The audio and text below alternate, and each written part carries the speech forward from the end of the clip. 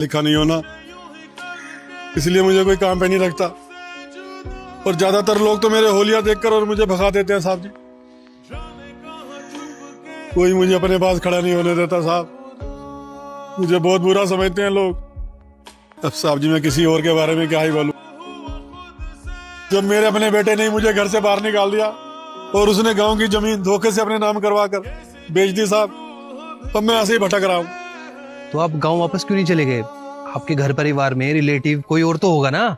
जब साहब जी जेब में पैसा ना होना तो कोई रिश्तेदार साथ नहीं देता, और सबसे ज्यादा ताने तो वही मारते हैं जो हमारे अपने होते हैं, और वही हमारी पीठ पीछे हंसते हैं साहब। वो आवाजें जानी पहचानी लगती है मुझे। अरे अंकल आप चुप हो जाइए। अच्छा आप मुझे ये बताइए कि आप क्या क्या काम कर सकते हो? साहब जी ज्यादा पढ़ा लिखा तो नहीं हूँ, तो थोड़ा चौकीदारी का काम कर लूंगा, माली का काम कर लूंगा साहब, थोड़ा साफ सफाई का काम कर लूंगा साहब जी।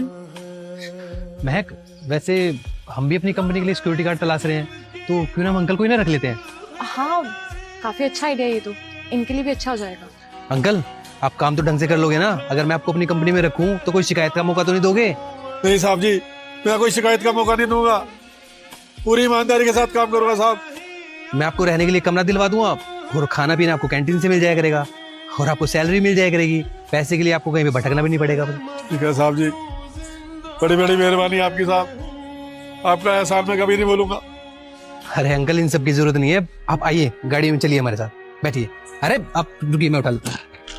महक, ये अंकल का सामान गाड़ी में रख।